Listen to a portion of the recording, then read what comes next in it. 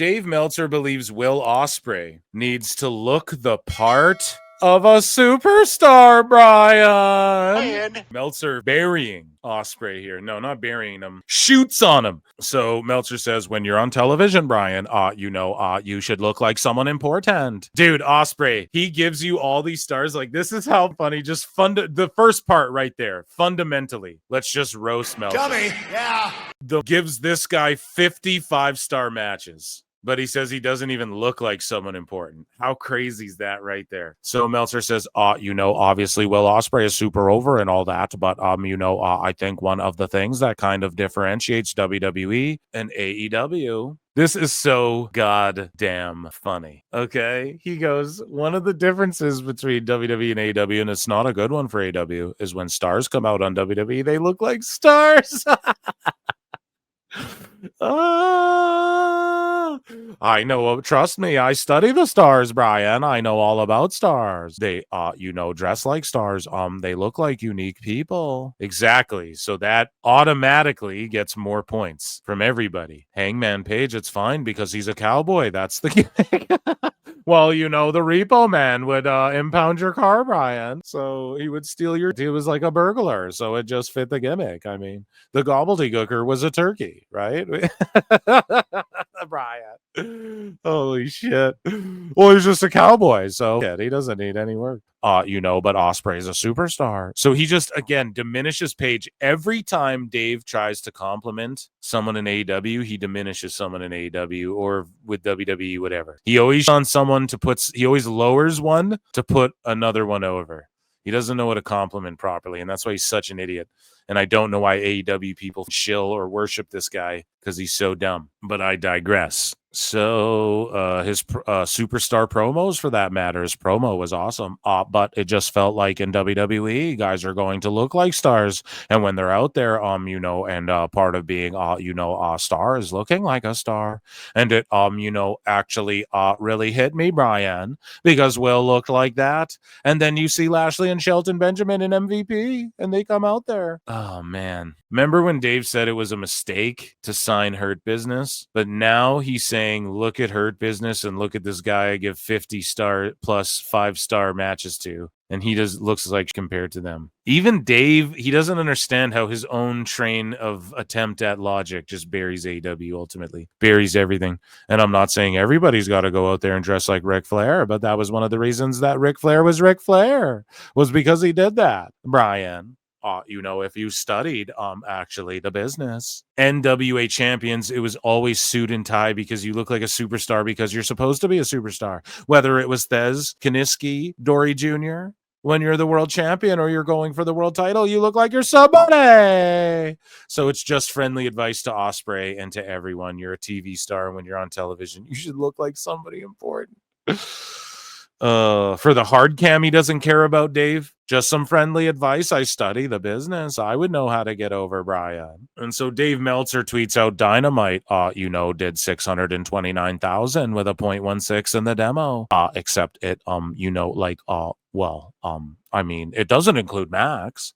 Went against Nick Celtics in the NBA playoffs, Bryan, which was a major game as well as Stanley Cup on ESPN. And yeah, good little shill I tweet out, right, in response. So here's Alfred Konua catching us up with some Meltzer, his, put it this way, Dave's, his, freaking reliable sources. Told him that The Rock's new Smashing Machine movie was bad. So here's Meltzer shitting on Dewey. One of the leading experts on the Oscars, who polls voters and all that. One of the leading experts on the Oscars. You mean the people who right now, if you pay attention, youtube.com/@PhilMarksOut, on X, PhilMarksOut as well. If you pay attention, they don't even have to watch the movies. Now, the Oscars are trying to make these motherfuckers watch the movies and all the movies before they vote on them. And they're like, no. And these are the types of assholes. One of the top people, told me, Bryan, because I study the business. Assholes who don't even watch movies. One of the leading is telling an asshole who doesn't even watch WWE some shit about The Rock. Experts on the Oscars, who polls voters and all that, predicted that Smashing Machine will get 3 Oscar nominations.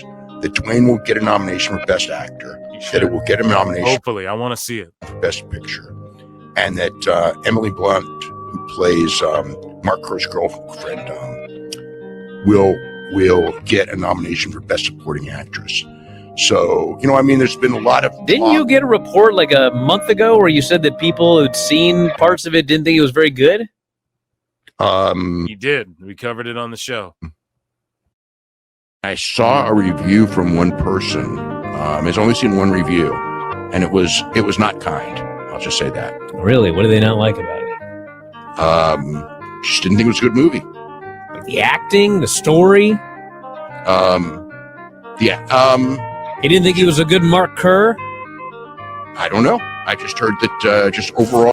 You heard, but you said you read a review. So did you hear or did you read a review? Dave's just a fucking liar. He's a mushmouth fucking dummy liar, dude. Liar! We just caught you, buddy, again. Liar! Tell us what you know, you goddamn liar! I never get tired of it. He's just a mushmouth. Well, I heard this thing that I read in a review. All for a movie. It's like the one review that I saw was a pretty negative review. Yeah. And then he forgets that he even said that. Then he's like, the Oscars are saying he's going to get nominated. And who told y'all that they're going to get he's trying to get awards? Who's been saying that? Go type it in on PWT clips. Look up Rock winning awards. I had a video about that shit like a week or so ago. I swear Dave's listening and just regurgitating PWT universe or something. I swear to God, like, motherfucker, I was just saying this, that he's going to get fucking awards. Now Dave is shitting. He's saying the movie's going to be shit. Now he's going to get awards. Didn't you just say, oh, I don't remember? What an idiot, man. I did hear that, yeah, but the Oscar people are really high on this movie. The Oscar people, but you said one person. And that's the thing that Dave does. Oh, yeah, the one Oscar guy, but the Oscar people are high on this movie, just like he did a moment prior. Oh, I read this one review. Well, I don't know. I just heard from people. He does that, man, all the time. It's a little shithead game. He never heard. You know what I mean? He didn't hear from people. He tries to cop out by making it sound. He did it twice in a row there in one thing. Thank you, Alfred, for that. That was a great little fucking own right there, because it's just two things back to back where he's trying to start by saying one thing and specifically one person or one thing he saw or heard, and then all of a sudden now it's like, well, the Oscar people, I just heard it around the water cooler. Which is it, Dave? Fuck, man. You know what they say. The idea was, if you tell crazy stories, and there will be an appetite for more, even though it's all bullshit. So Max will be getting more aggressive, and this should have been in AEW news, but Max will be getting more assertive with blocking password sharing later in 2025. The company is starting now with a more gentle approach before it gets more aggressive. Last month, Max introduced the extra member add-on feature priced at $7.99 a month. How's this going to affect the Max? I guarantee Dave's going to try and spin this into, oh, well, the Max number's down because the password sharing. He's already got excuses for whatever. Meltzer said what pulls this up, that Rob Viper. So you guys remember earlier when I'm like, Rob Viper needs a juice box. He was the guy who wrote the essay in the Sicko segment about, this is like a cult. WWE's a cult. It's a cult, right? And he's just projecting. And he has me pre-blocked. This is who that guy is. Meltzer said what pulls this card. And he says, you'll be shocked to learn that Rob Viper is a mutant crossbred from the tainted F4W Voices of Bitches bloodline, so Voices of Wrestling. He's a self-described lucha expert who appears on sites and shows to discuss his Wrestling Observer newsletter Hall of Fame ballot. These people should not be giving life advice. And this was the guy, again, a Wrestling Observer newsletter Hall of Fame, his flagship Patreon. He's a lucha expert, and this is the guy crying, WWE, it's a cult if you think Javon Evans is right in what he's doing. So Dave Meltzer makes up lies about Dakota Kai. He says one person said that Kai still had use on a micro level on the main roster, but was never going to be used in the top tier with the likes of Rhea Ripley, Charlotte Flair, Jade Cargill, or others as they see as top women stars they see long-term, Brian. What a terrible sentence. You said see too many times. And also, how about this? Like, that's, first off, that is a fucking insane run-on sentence, bro. That's a paragraph almost of a run-on sentence. A, can't get over that. B, she didn't need to be that. So that's okay, Dave. If someone told you that, that's like throwaway, who gives a fuck, goes without saying information. So Dave says, it was noted that she could have worked with Becky Lynch or Liv Morgan, who are also seen as top players. Let me see this. But it would be a short-term thing. Aside from that, they saw her future as just putting over the likes of Roxanne Perez and Julia. What the fuck? Who are the next ones with the idea of being pushed to stardom? The idea. Just say the ones being pushed, the ones they want to push. The idea of them being pushed, Bryan, more than meets the eye. Optimus Prime. The thought was that long-term, it just say long-term, the salary they were paying her was not worth it to have her just lose to people on the way up. Right, but that's why you just have her lose to people on the way up and then pay her out her contract and pay off the damage control storyline. What happens when fucking Asuka comes back? Dakota Kai's just gone. And Kairi's getting yoked up, man. She's looking great. Io Sky is reportedly considered to be a breakaway star internally in WWE. So Meltzer goes, one person, it's always one person high up in WWE noted that, she has ridiculously great work rate and everyone loves working with her. So no one has a problem making her shine, letting her shine, and designing matches for her to shine, Bryan. Yeah, she's like the best in the world, Bryan. Dave. I don't understand how he can just say she's the world champion. And you're like, oh, WWE's keen on that Io Sky. They might push her. Yeah, she's the world women's champion. You fucking idiot. Jesus Christ, man. A breakaway star. Oh, you think the world champion? You think? So Meltzer was right about this. Uso versus Paul is currently planned for Saturday Night Main Event. Apparently that's true. So good for him. Dave says there are a few people in WWE who are under no cut deals, but they are very few. Yeah, that's like the tippy top. And guys like Drew, who are in like the Rock ads and shit, and who the Rock's like, we got to personally sign Drew. These are the people who can negotiate this type of stuff. Everything's negotiable and good for them. Meltzer said what?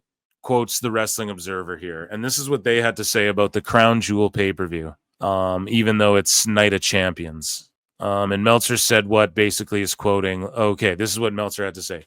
Because Saudi Arabia is getting the Royal Rumble in January, they aren't getting a pay-per-view later in the year. Meanwhile, they get a fucking pay-per-view. And Dave, it's called a PLE. Call it a PLE, you cuck. Dude, I hate how it's like, we're just calling them PPVs.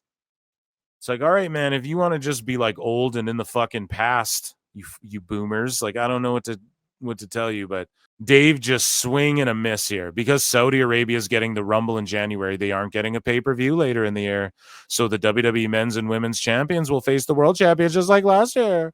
The belief is these matches will go back to being a regular thing in Saudi Arabia in 26, while the Survivor Series will have men and women's War Games matches. And then boom, Night of Champions announced. Dave fucking wrong again. Where's the Price is Wrong? He earned one of those.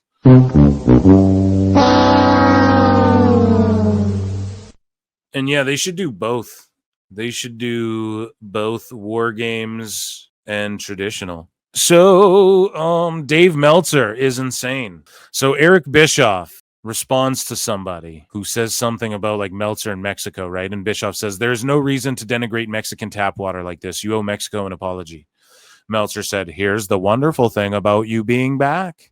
At the 6-year mark, if you're still around and your company is doing 100K plus for 9 pay-per-views a year and had 2 gates above 6 billion and garner $500 million TV deal, you'll have proved to be as good as the guy who spent years saying he's bad at his job. Tony Khan.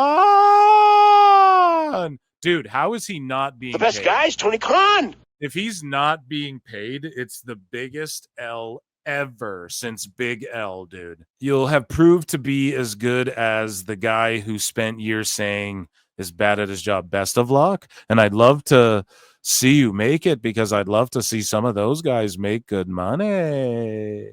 Oh, man. Dave is utterly a delusional, insane fucking person. So in Meltzer's brain, he's not allowed to criticize shit unless he's beaten them in their field. So Dave's not, I studied. You're not allowed to criticize pro wrestling then, Dave. You're not allowed to criticize Wagyu beef for McDonald's anymore. You're not allowed to study or, pardon me, critique Taylor Swift or what all this other dumb shit. You're not allowed to critique anything, Dave, because you're not successful in anything other than selling a dirt sheet. Oh, man. Dave's really lost it, man. So Disco Inferno and Eric Bischoff and Conan, and Eric Bischoff reveals when he soured on Dave Meltzer.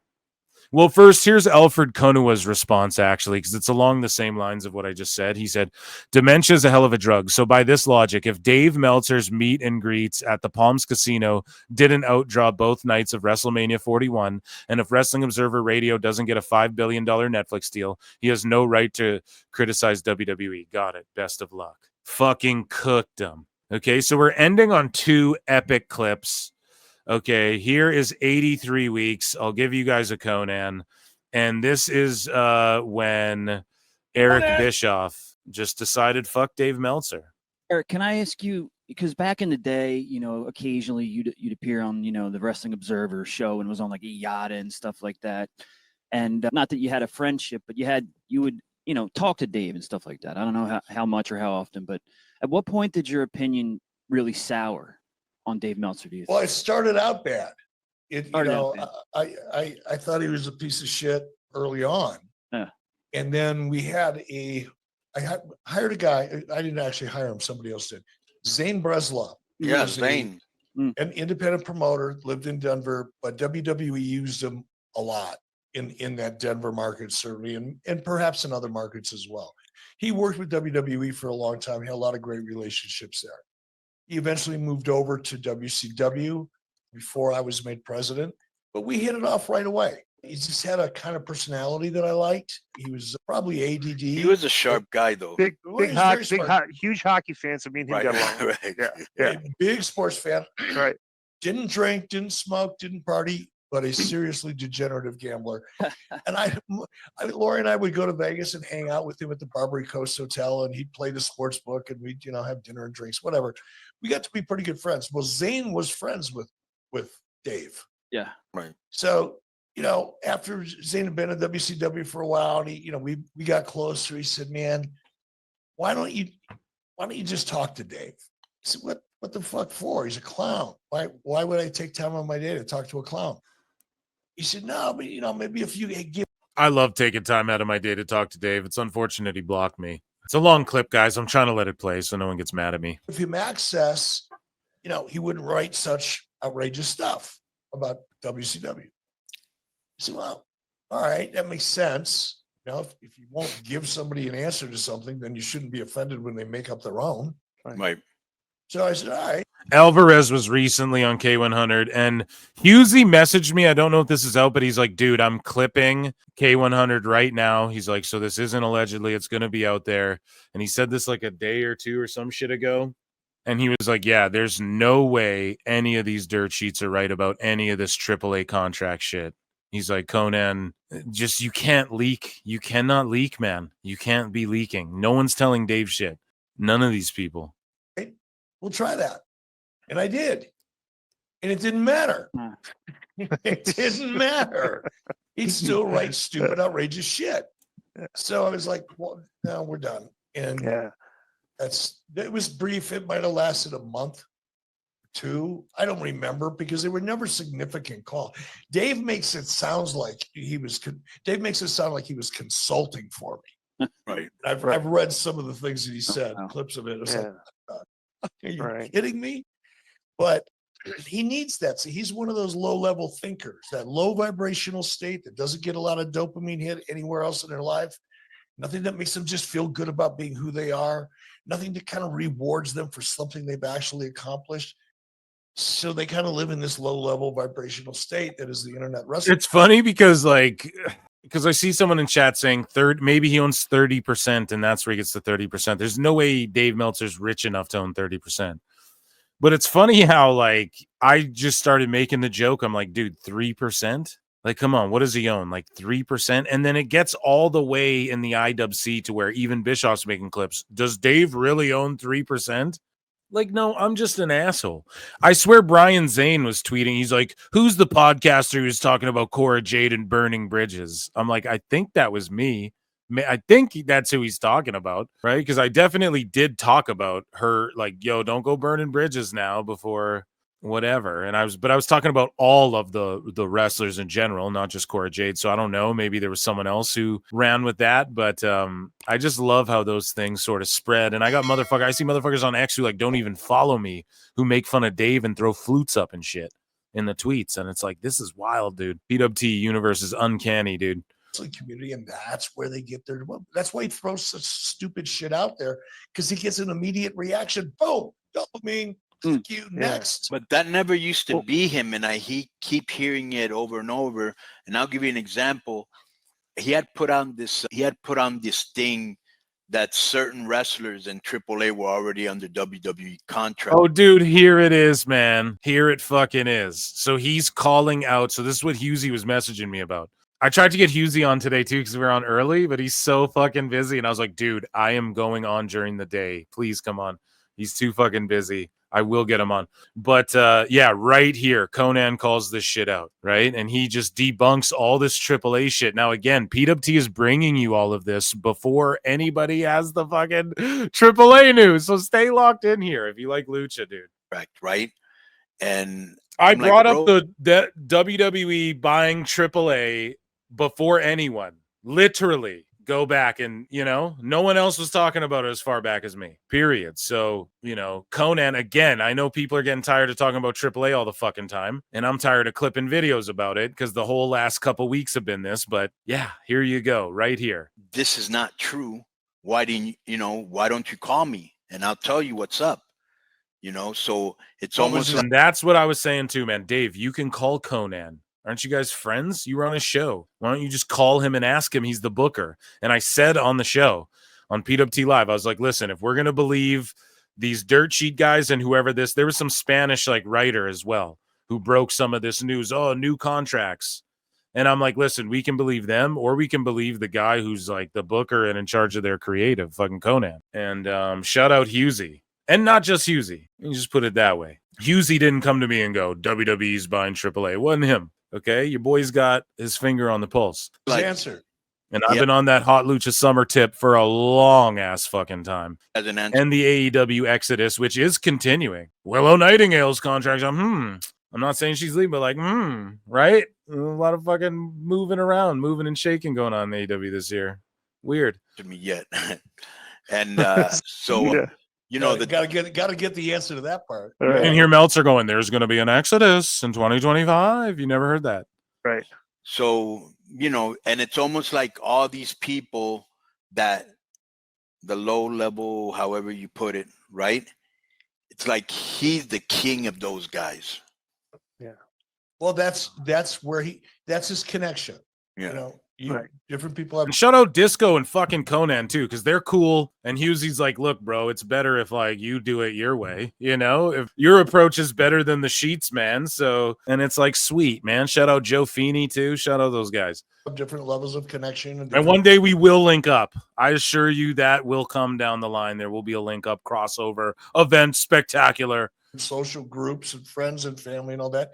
Dave's tends to be most comfortable. Just I don't know when. Conan, throw me a lifeline. Let's go.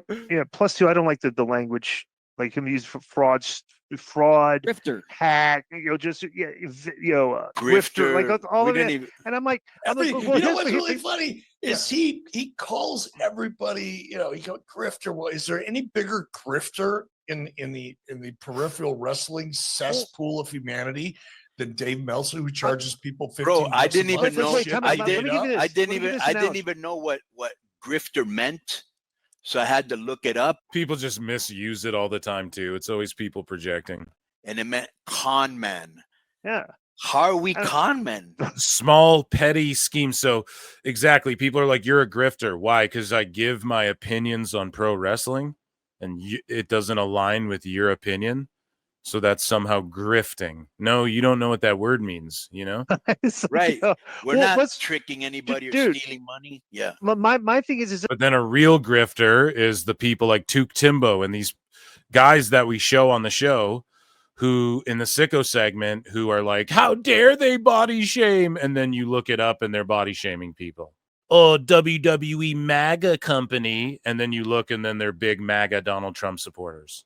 And again, that's not what the L is fucking the hypocrisy. And that's grifting. You have your blue check and you're not keeping the same energy. I take the smoke when I criticize WWE. The same as when I criticize AEW. I'll take the smoke both ways. Okay. And you got to be willing to do that. And the people who aren't, you can just sniff them out immediately. This perfect example is like when you ask like who's the fraud, you would just say a person who engages in petty or small scale swindling. Like, let's be very honest. Let's say the entire set of facts existed. So someone who goes, pay for our Discord and we'll give you insight, and then they go, oh, so that whole NXT had to get media training. And then when that leaks, you have to go out there. No one took me seriously. It was just fake. That would be a grift. Grifting $6 off somebody for insight. And then when that insight gets leaked, you go, no one took me seriously. They're all dumb fucks. It's just a joke. I'm allowed to be sarcastic. That would be a grift, folks. Okay. Concerning AEW, their shows, their attendance, the booking, everything that's happened, right? And everything that Dave's written about it.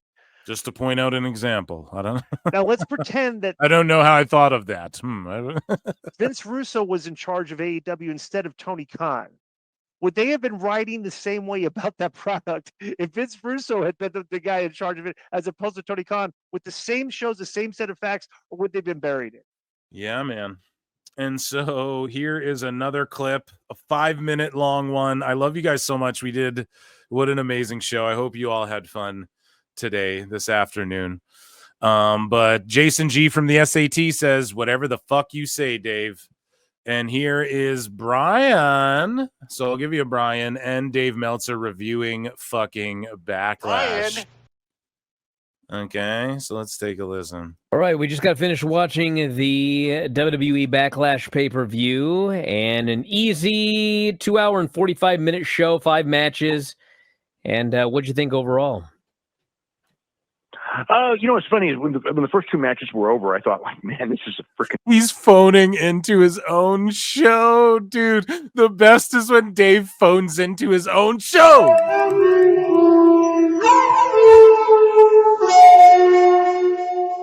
Jesus Christ, man. Amazing. Wrestling's for dirtbags and lily pickers.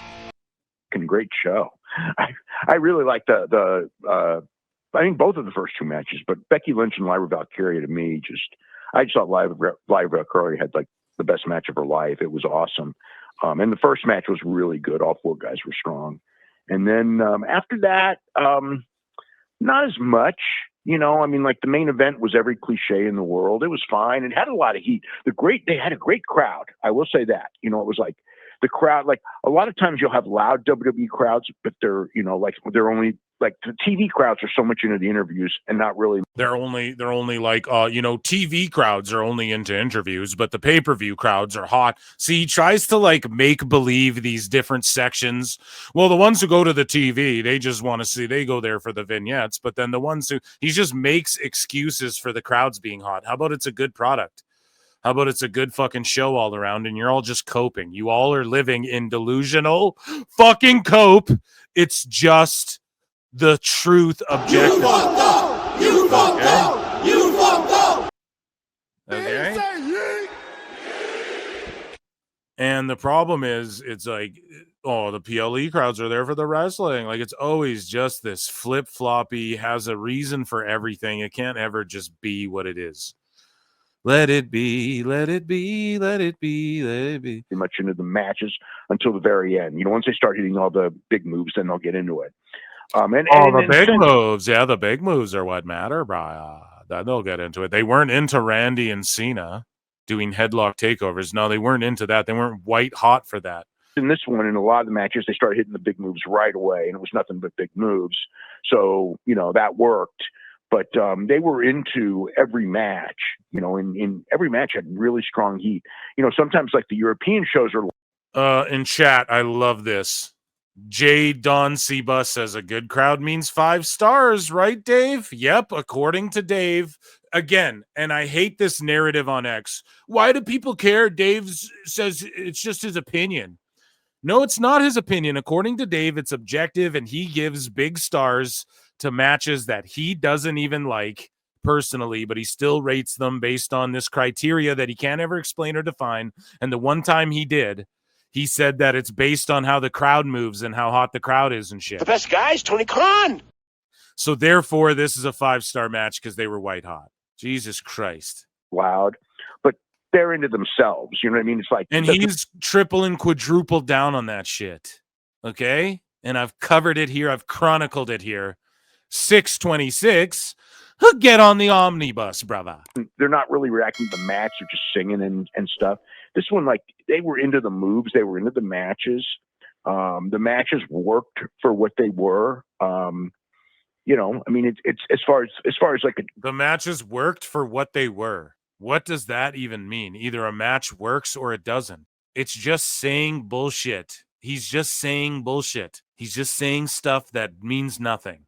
Vapid emptiness, barren fucking words that mean nothing. And he tries to just sound like an expert. It's just psychobabble to try and sound like an expert.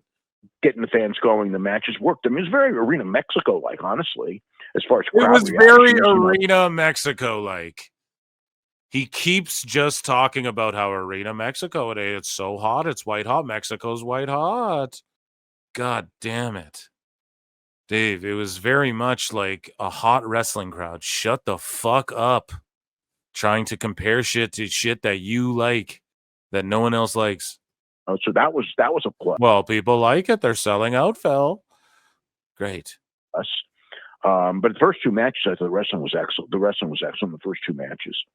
And then, you know, Gunther and McAfee was, I guess, kind of what it should have been in a lot of ways. I thought Michael Cole, I guess, you know, him getting carried away was what they wanted. And the fans were into it and everything. And, oh my, the fans were into it and everything. And then Michael Cole getting carried away. The crowd was into it. So 5 stars, Dave. So 4 stars? I think McAfee, for the role that he was put in, I mean, he did a great job, all things considered, but kind of also looked kind of like, I don't know, kind of low rent in other ways. Low rent in other ways. Bro, he was blown up. You can just say it, Dave. Low rent in other ways. What are you talking about?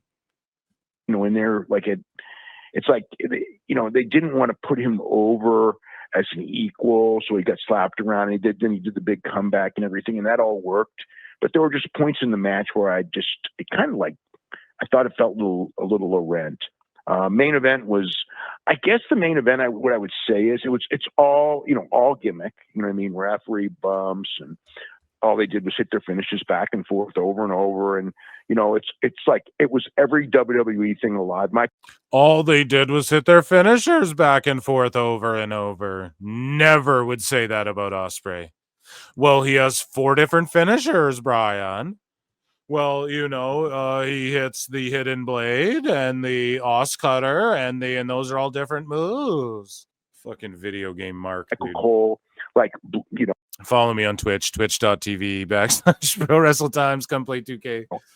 Every freaking near fall, it's like he gives away that it's not going to be the finish. You know what I mean? Which I know is what Vince taught him, and he always does it and everything like that. They're still pretending Vince is there. Then why wasn't this the criticism when he was there with Vince?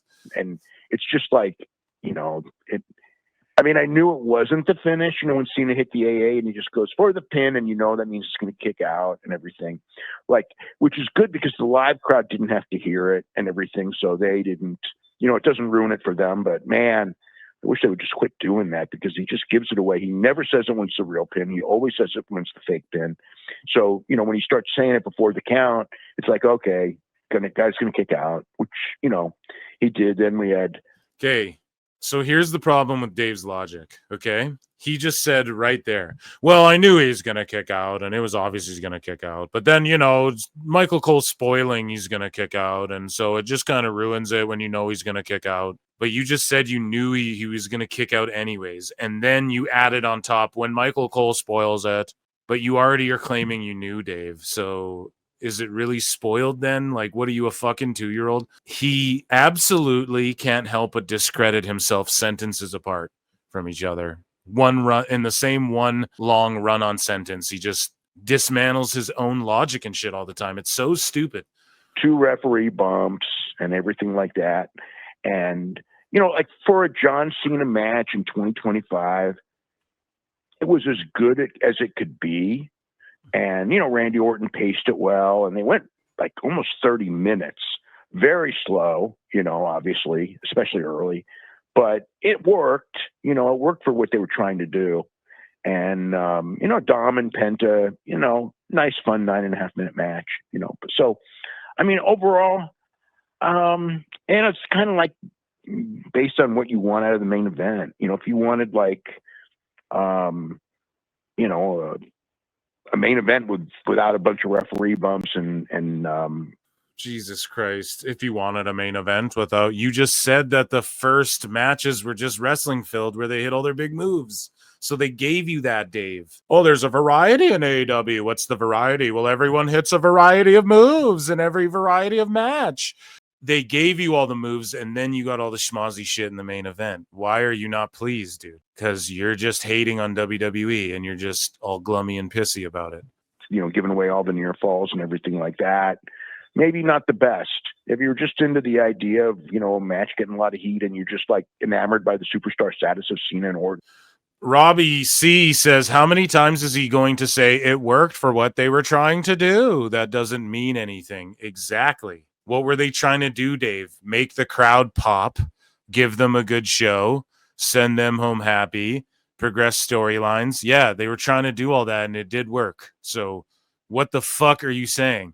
And against each other, then you may have loved it. I don't know. But the first 2 matches I thought, you know, really, really strong. And third match was, you know, fun, you know, for what it was. You know, a lot of interference. You know, too much. I would say too much interference. Imagine him saying that about a Dynamite. Too much interference. In like the interference show. I mean, like pretty much except for Becky Lynch, every match had interference because Michael Cole interfered even in the Gunther match. You know, so yeah, I mean, Cena and Orton, it wasn't so much interference. It was just referee bump, you know, so very cliched finishes and everything. So I think, I mean, it was very cliche finishes, bro.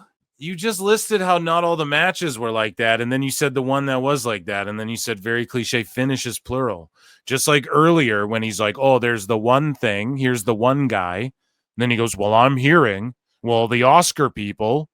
And then he goes, oh, the one match was like this. Well, they were all just janky finishes. How the fuck do people let him get away with this, man? Holy shit. The best guy is Tony Khan. It was like just for a 3-hour or 2.5-hour show. It was entertaining the whole time. So, I mean, I guess that makes it a good show. Exactly. So it should all be 5 stars because you said it's based on if the crowd's entertained and how hot the crowd is and blah, blah, blah. So 5 stars, right, Dave? But he won't fucking do that. And because of that, I will clown you till the ends of time. And because of that, I will continue to do these segments even when I'm dead ass tired, Dave. Again, I could roast you in my fucking sleep. I could debate you in my fucking sleep. I could roll out of bed from a nap, scroll your Twitter, and fucking clown you, bud. And because of that, you get the flutes. That, ladies and gentlemen, was Dave Meltzer's Dumb Moment of the Week.